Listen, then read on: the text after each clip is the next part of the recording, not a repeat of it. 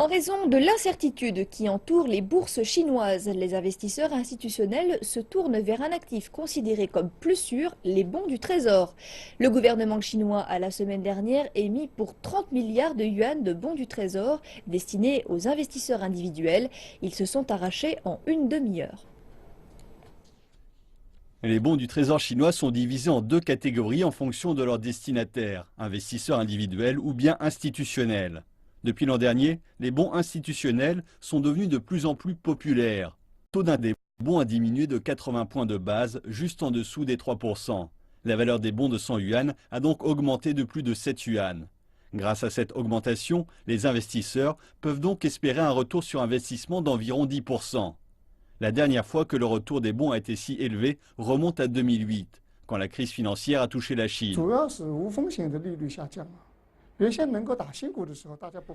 Aujourd'hui, les taux d'intérêt des actifs sans risque chutent. Acheter de nouvelles actions est devenu de plus en plus difficile en raison de la nouvelle réglementation. Les institutions préfèrent faire des prêts, mais actuellement, il y a une bonne dose d'incertitude dans les marchés, ce qui rend les bons attractifs. Donc, tout le monde veut mettre son argent dans les bons du Trésor.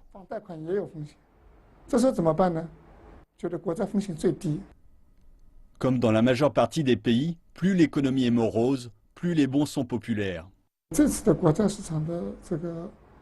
En Chine, l'activité du marché des bons reflète le ralentissement de l'économie. Dans un tel environnement, les gens commencent à rechercher un investissement plus sûr. Les institutions sont réticentes à prêter leur argent ou à investir dans les marchés. Elles préfèrent acheter des bons du Trésor.